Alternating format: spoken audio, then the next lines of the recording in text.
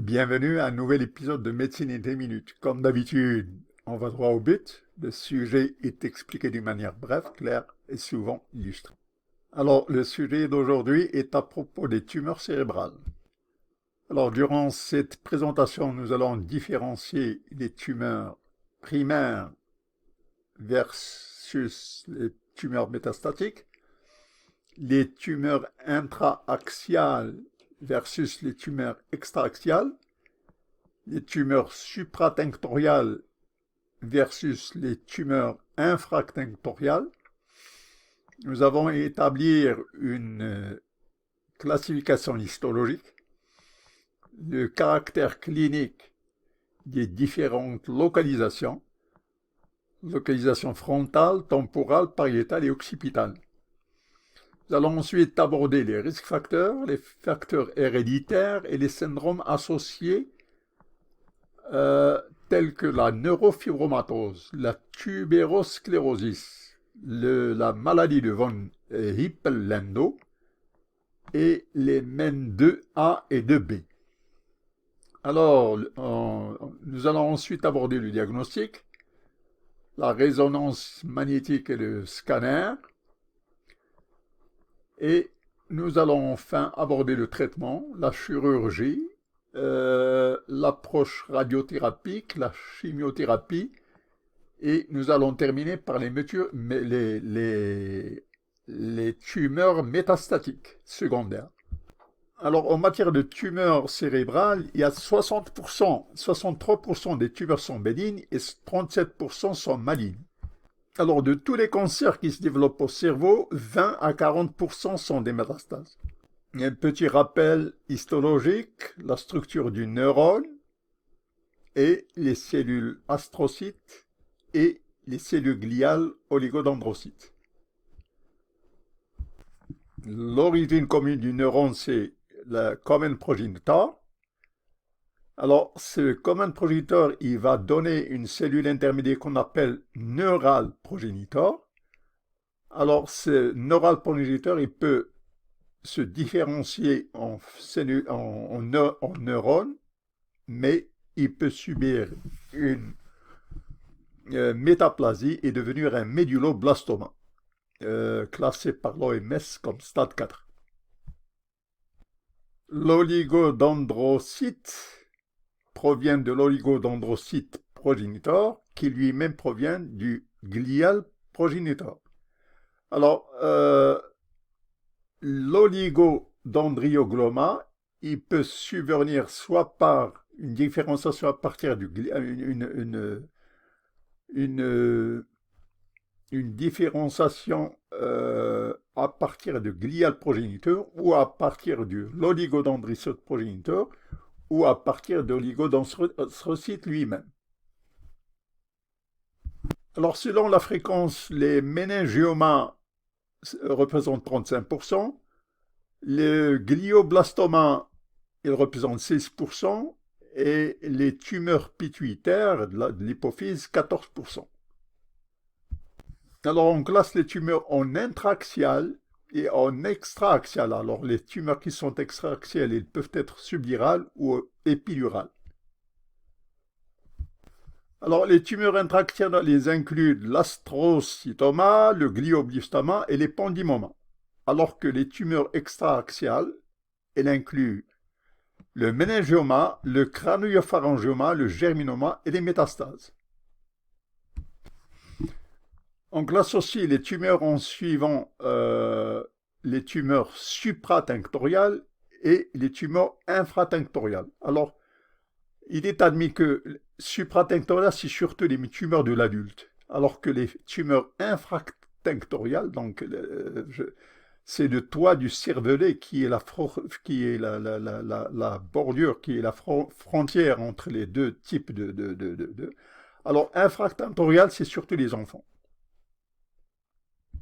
Donc, récapitulant la classification, il peut y avoir des tumeurs primaires, des tumeurs métastatiques, des tumeurs intraaxiales et extraaxiales, les tumeurs supratinctoriales et infratinctoriales, les tumeurs d'adultes et de pédiatrie.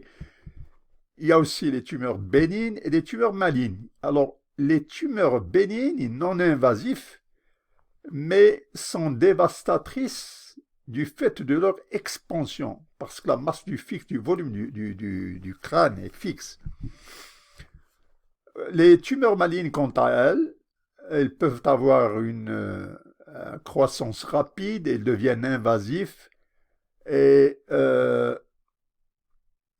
les tumeurs malignes sont rarement extracrâniales. Les métastases des tumeurs malignes du crâne sont rarement extracrâniales. Alors, sur le plan clinique, le symptôme maître, c'est les céphalées.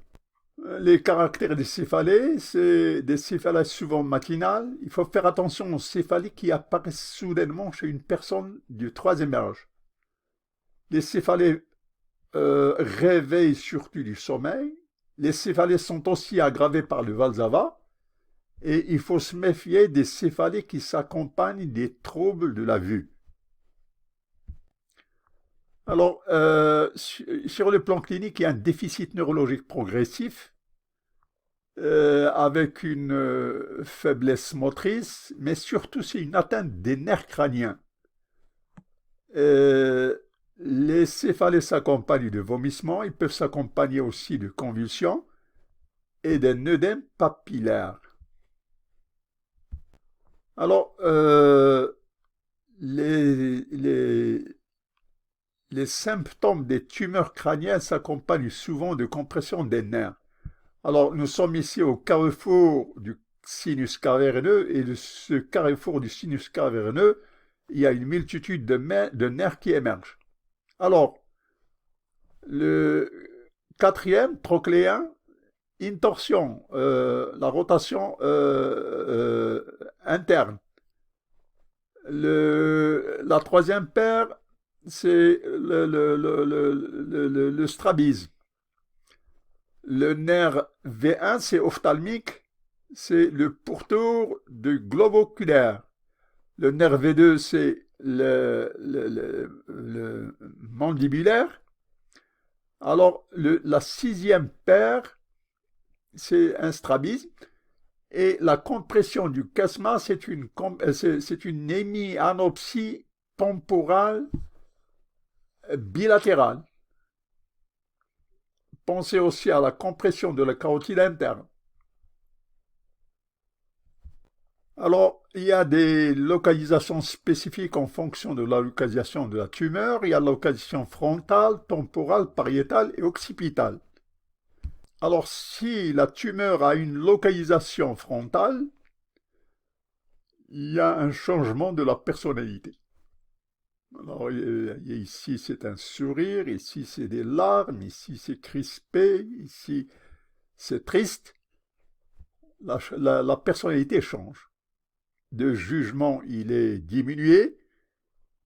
Alors, oubliez la mémoire d'éléphant parce que il y a une perte de la mémoire, surtout de la mémoire récente. Et il y a une paralysie d'un côté, en plus des convulsions. Alors, dans la localisation temporale, il faut penser à l'aphasie de Wernicke. Ici, il s'agit de l'aphasie de Wernicke. Donc, si elle touche l'hémisphère gauche chez une personne droitière, eh bien, cette personne, elle peut parler, mais elle ne peut pas comprendre ce qu'on lui dit. Elle est capable de s'exprimer, mais elle est incapable de comprendre ce qu'on l'explique. C'est ça, l'aphasie de Wernicke. Alors, pour ce qui est temporal, on pense plutôt à l'aphasie de Broca. Alors, Broca, la personne, elle est incapable de parler, mais elle comprend ce qu'on lui dit. C'est exactement l'inverse de ce qui se passe dans Wernicke. Alors, voilà pour la localisation temporale. Ici, c'est pour la localisation pariétale. Alors, pour la localisation occipitale, c'est des troubles de la vue.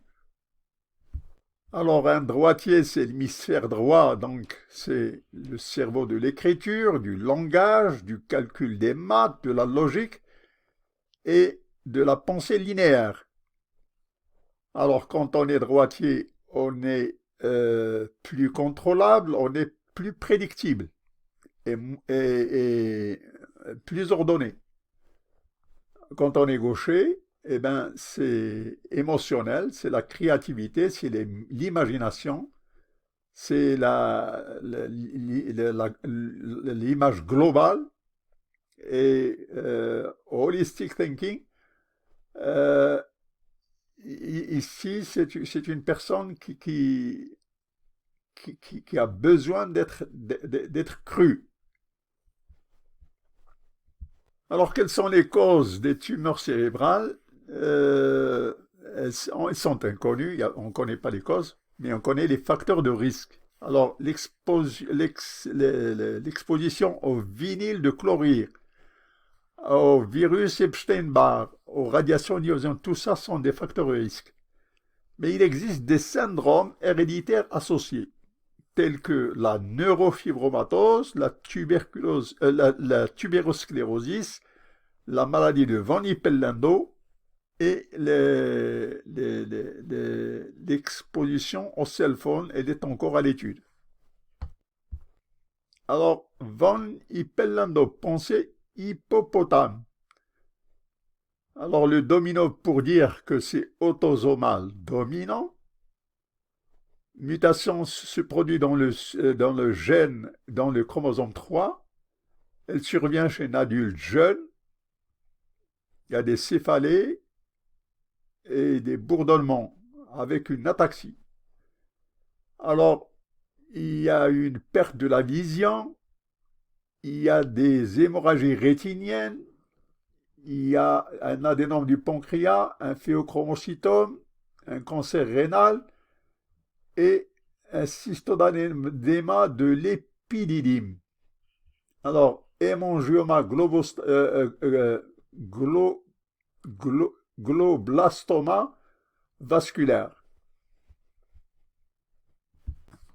Alors, tubérosclérosis, c'est multisystème. Donc, la peau, hypopigmentation avec des papules. Le crâne, c'est le subependymal astrocytoma. Au niveau du cœur, c'est mitral régurgitation. Au niveau des yeux, c'est l'hématoma. Au niveau du poumon, c'est la léomyomatose. Et au niveau des reins, c'est l'angiomyolipoma. Alors, la neurofibromatose 1, il y a une tumeur tumeur de un glioma du nerf optique, des anomalies squelettiques, des cafés au lait qu'on appelle des taches qu'on appelle des cafés au lait, une scoliose et des nodules de Lisch. Les neurofibromes, ce sont ces lésions, il faut en compter au moins 2. La neurofibromatose secondaire, elle touche surtout il y a une compression du nerf de la 8e paire. C'est une tumeur bilatérale. C'est le schwannioma avec des céphalées, une paralysie faciale, des troubles de l'équilibre et des bourdonnements. En plus d'une surdité, bien sûr. Alors, MEN, il y en a deux. Il y a deux types. Il y a le MEN 2A et un MEN 2B. Alors, le MEN 2A, c'est... pardon. Alors, MEN 2A, c'est l'adénome de l'hypophyse, la parathyroïde hyperplasiée et une tumeur du pancréas. Alors que le MEN 2B, c'est la tumeur de la parathyroïde, une tumeur de la thyroïde médulaire et un phéochromocytome. Alors, le diagnostic, il y a, en plus de l'examen clinique, il y a le scanner et la résonance magnétique. Et tout ça est confirmé par biopsie. Euh, et suivant les résultats de la biopsie, on utilise une gradation de la tumeur. Alors, pour distinguer les tumeurs extra-axiales des tumeurs intra-axiales, on appelle ce qu'on appelle le cleftsine du liquide céphalorachidien. Et c'est typiquement utilisé surtout pour le méningioma. Et c'est un signe radiologique qu'il faut connaître. Alors, en plus de résonance magnétique et du scanner, il existe ce qu'on appelle les tumeurs hypodenses et isodenses. Et les techniques sont les perfusions weighted imaging et les diffusions weighted imaging. Donc, perfusion weighted imaging and diffusion weighted imaging sont utilisées surtout pour la classification des tumeurs par grade. Mais ces techniques ne sont pas utilisées pour les gliomas. Et il faut savoir que le diagnostic final revient à la biopsie et parfois en péropératoire en chirurgie. Alors, ring enhancing lesion, c'est un anneau, c'est un signe radiologique avec des lésions hypodenses qui sont entourées par des zones de contraste. Alors, le méningioma typique apparaît comme à la dure. Il est isodense. Alors, on en arrive au volet du traitement, donc la chirurgie, la radiothérapie et la chimiothérapie. Et s'il y a des convulsions, on utilise des anticonvulsivants et on utilise aussi la dexaméthasone et le furosemide, l'Azilix, pour réduire l'œdème péritumoral. Alors, il faut savoir que certaines tumeurs, elles grandissent lentement et nécessitent uniquement la surveillance. Il y a des traitements basés à base immunologique qui sont encore à l'étude et le résultat dépend du type de la tumeur.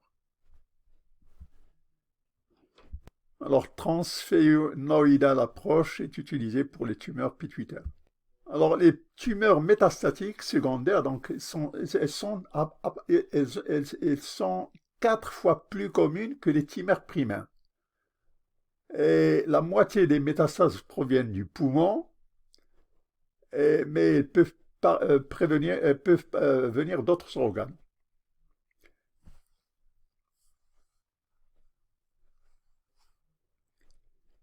Alors, il faut savoir que chez l'enfant, inférieur à l'âge de 15 ans, les tumeurs du cerveau viennent juste après les leucémies lymphoblastiques.